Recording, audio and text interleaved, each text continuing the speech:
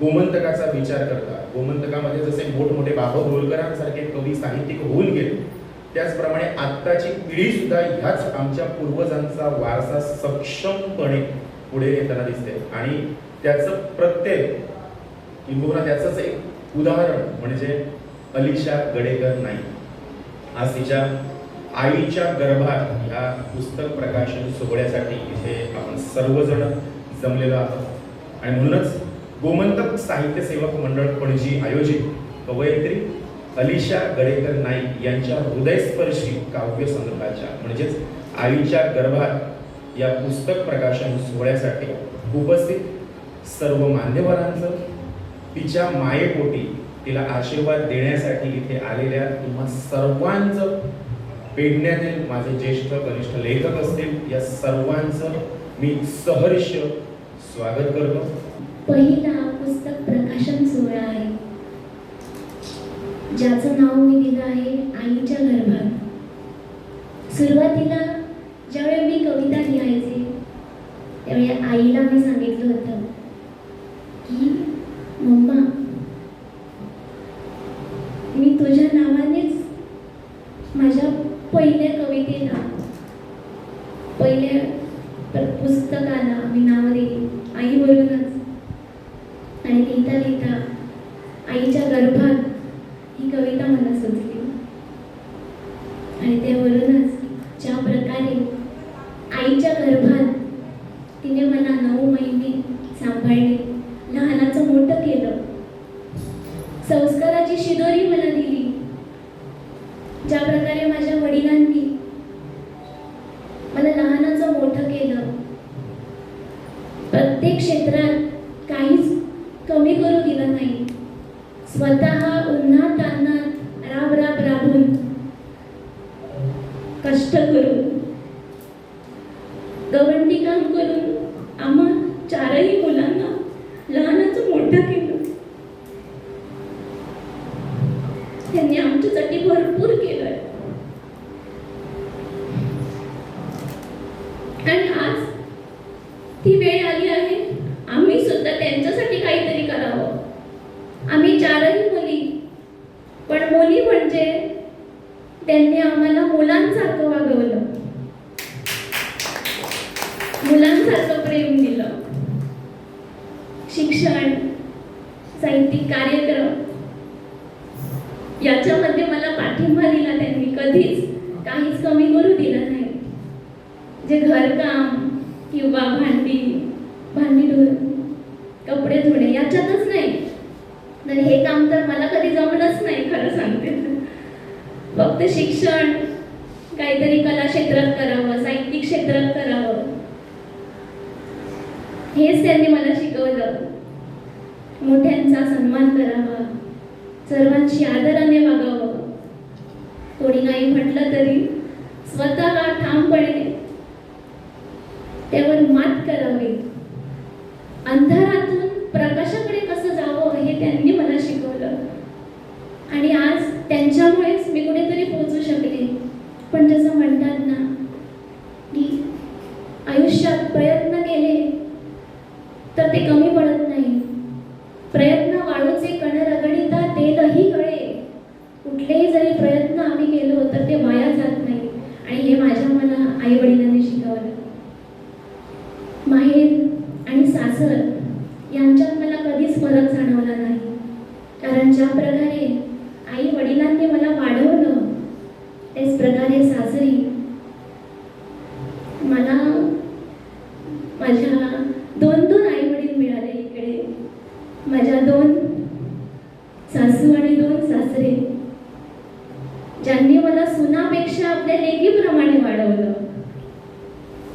म्हणजे कुठेतरी आपण उदाहरण घेणार, एखादं उदाहरण घेऊ म्हटलं तर माझ्या घरातील उदाहरण आहे. वाढदिवसाला कोणी एखादी महागडी वस्तू देते,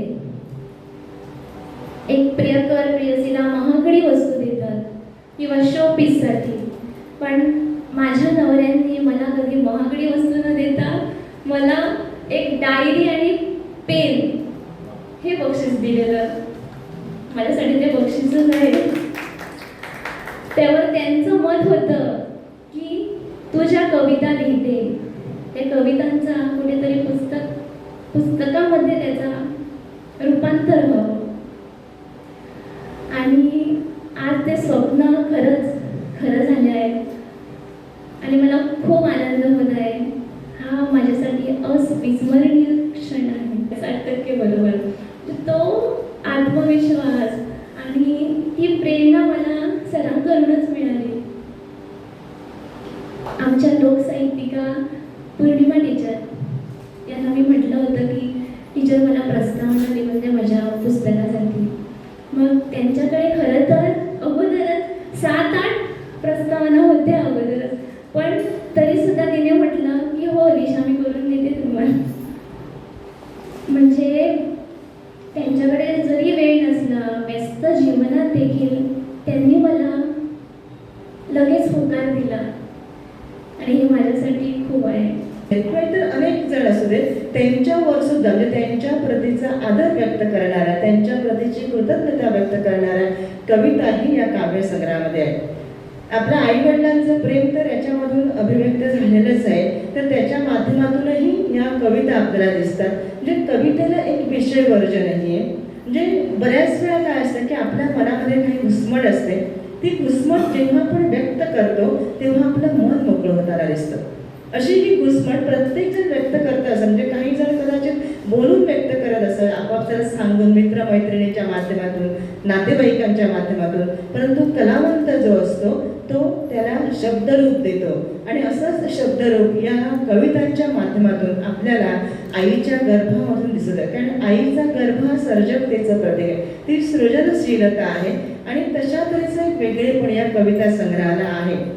आणि म्हणूनच या कविता वाचत असताना म्हणजे मला वाटत राहिलं की जर समजा तिने ललित लेखन लिहायला घेतलं तर ते सुद्धा ते खूप चांगल्या पद्धतीने लिहू शकते. कारण मी खूप पूर्वीपासून म्हणजे मला वाटतं तिच्या शालेय जीवनापासून मी तिला ओळखते. प्रत्यक्षात नसलं तरी वेगवेगळ्या वर्तमानपत्रातून तिच्या कविता सातत्याने प्रकाशित होतात.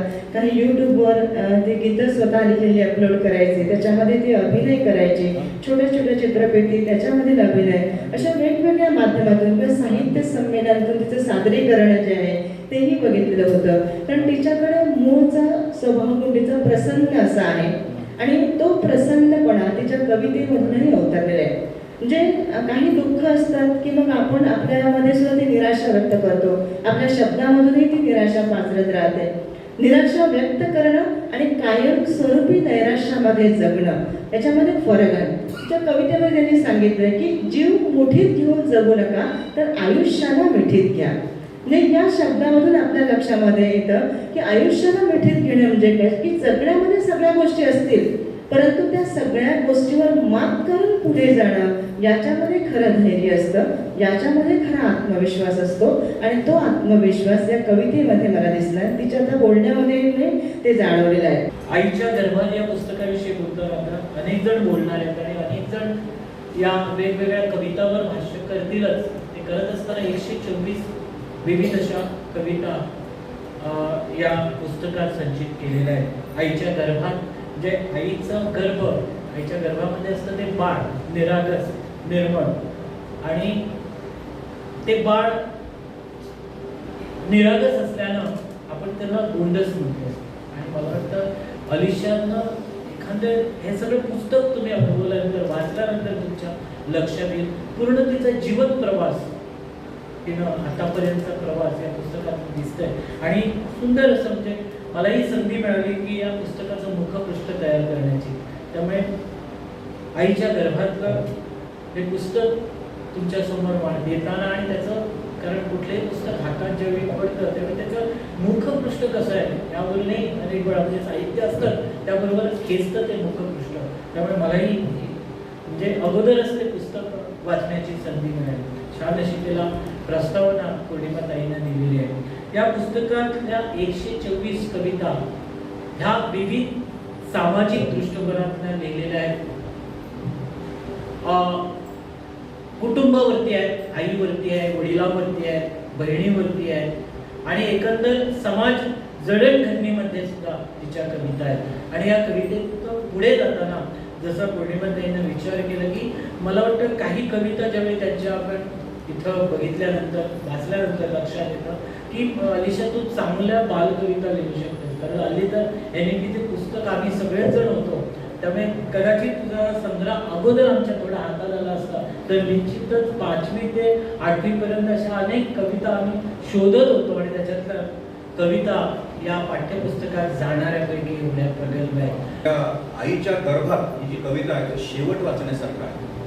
हे ज्याला आपण म्हणतो तुम्ही कवितेनं नुसती आपल्याकडे अनेकदा असं होतं ना, गोव्यामध्ये मी बघतो नवी कविता जी असते त्यांना असं वाटतं की कविता म्हणजे भाषण असतं. ते चांगले चांगले झगमगीत अशा प्रकारचे शब्द घेऊन ते भाषण लिहिल्यासारखं करतात. काही जणांना असं वाटतं की कविता म्हणजे नटसम्राट सारखं काहीतरी स्वगत असतं. कविता म्हणजे नाटक नसतं, कविता म्हणजे स्वगत नसतं. कविता म्हणजे काही जणांना वाटतं गुगलवरची माहिती असते, ती माहिती सुद्धा नसते. तुम्ही तुमच्या साहित्यातल्या कथेतून, कादंबरीतून, नाटकातून, ललित निबंधातून सांगू शकत नाही असं काहीतरी सांगण्यासारखं कवितेच्याच फॉर्ममध्ये उपलब्ध असतात. ते कवितेच्याच फॉर्ममधून सांगावं लागतं. त्यामुळे अनेक कविता ह्या आपल्या कविताच नाहीत, ह्या अनेक कवितांना जन्मभर कळावं. ते अलिशाला जरा लवकर कळलेलं आहे त्याचं मला बरं वाटतं की त्या कवितेमध्ये नुसती काहीतरी माहितीच असावं. किंवा निसर्ग असेल तर निसर्गाचं नुसतं झाडं आणि हे आणि ते वर्णन. कविता म्हणजे वर्णन नसतं, कविता म्हणजे भाषण नसतं आणि माहितीही नसते. तर कविता म्हणजे तुम्ही जीवनातल्या कुठल्याही अनुभवाकडे बघत असताना त्या अनुभवाला अतिशय भिडल्यानंतर तुमच्या अंतरंगातून अशा प्रकारचा एक प्राणांचा स्वर त्यातून येतो आणि शब्दांमधून, झंकारातून जे अनुभव जसाच्या तसा जिवंत मांडण्याचा प्रयत्न. त्यामुळे कवितेचं कविते पण कशामध्ये असतं तर कुठलीही कविता वाचल्यानंतर कवयित्रीला जो अनुभव आला तो अनुभव तुमच्यापर्यंत पोहोचवते का, पहिली अट असते कवितेची. आपल्या अलिशा गडेकर यांचं हे पहिलं पुस्तक, कारण खरं म्हणजे पहिलं नाही, तिने गेली अनेक वर्ष लिहितो झालेलं आहे आणि त्या कवितातून हा संग्रह त्याचा तयार झालेला आहे. खूप आनंद आहे. आपल्याला माहिती आहे की धारगळची भूमी किंवा पेडण्याची भूमी ही सर्वच भूमी आहे. त्याच्यामध्ये तऱ्हेतऱ्हेची आपली वनस्पती किंवा तऱ्हेतऱ्हेचे अन्नधान्य तयार होतात आणि त्याच्यातूनच तयार झालेली एक रसायन म्हणजे आपली अलिशा गडेकर आहे असं मला वाटतं. अत्यंत याच्या परिस्थितीमध्ये त्यांच्या वडिलांनी आणि आईने त्याला वर काढले, त्यांच्या भावंडांना वर काढले. मी आल्याला विचारलं, अलिशा तुझे सासरे सासू आले का? पण तिने मला एकच उत्तर, मला काळीच भरून आलं. माझे म्हणाले 2 सासरे 2 सासू.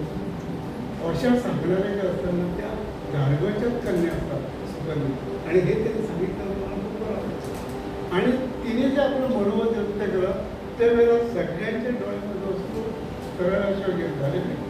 खूप चांगलं त्यांनी लिहिलेलं आहे. आपल्या अनुभवाच्या अनुभूतीतून त्यांनी या सगळ्या कविता लिहिलेल्या आहेत आणि साकारलेल्या आहे. आपण म्हणतो की आपल्या आयुष्यामध्ये फॅमिली प्लॅनिंग असतं, 1-2 मुलं झाली की बस म्हणून, पण तो साहित्यामध्ये तसं नसतं. फॅमिली प्लॅनिंग वगैरे नाही. तुझी दर वर्षाला 2-2, 3-3, 4-4 पुस्तकं आली पाहिजे. त्याच्यासाठी वाचन, मनन, चिंतन हे सातत्याने झालं पाहिजे. आपलं अनिल सामान्य सांगितलेलं आहे, पौर्णिमा केरकरचं सांगितलेलं आहे, राजमोहन शेट्टी यांचं सांगितलं आहे की भरपूर वाचन जर केल्यानंतर आपली शब्दसंख्या वाढते, आपल्याकडे शब्दांचं भांडवल तयार होतं आणि त्याच्यातून आपण लिहितो.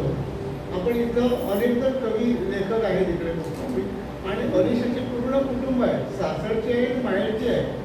हा जर कार्यक्रम घालवायला झाला असता तर तुला शाबासकी द्यायला अनेक लोक तिथं जमले असते आणि सभागृह सुद्धा कमी पडलं असतं. आणि आपल्याला माहीत आहे की एक लेखक असतो तो दुसऱ्या लेखकाला कधी वर जाऊ देत नाही. आपल्या शिखर सावंतांना माहीत आहे. एक लेखक तो एक पत्रकार असतो, दुसऱ्या पत्रकाराला वर जाऊ देत नाही, त्याचे पाय खेचून त्याला मागे आणतो. परंतु हे गोमंतक साहित्य सहमंडळ 2028 मध्ये शतक महोत्सव आपला साजरा करणार आहोत. आणि यामध्ये आम्ही जर काय केलं असेल, तुम्हाला मुद्दाम सांगतो, कविता संग्रहाची विशेष बोलत नाही, जास्तीत जास्त लेखक तयार व्हावे त्याच्यासाठी आम्ही प्रयत्न केलेला आहे.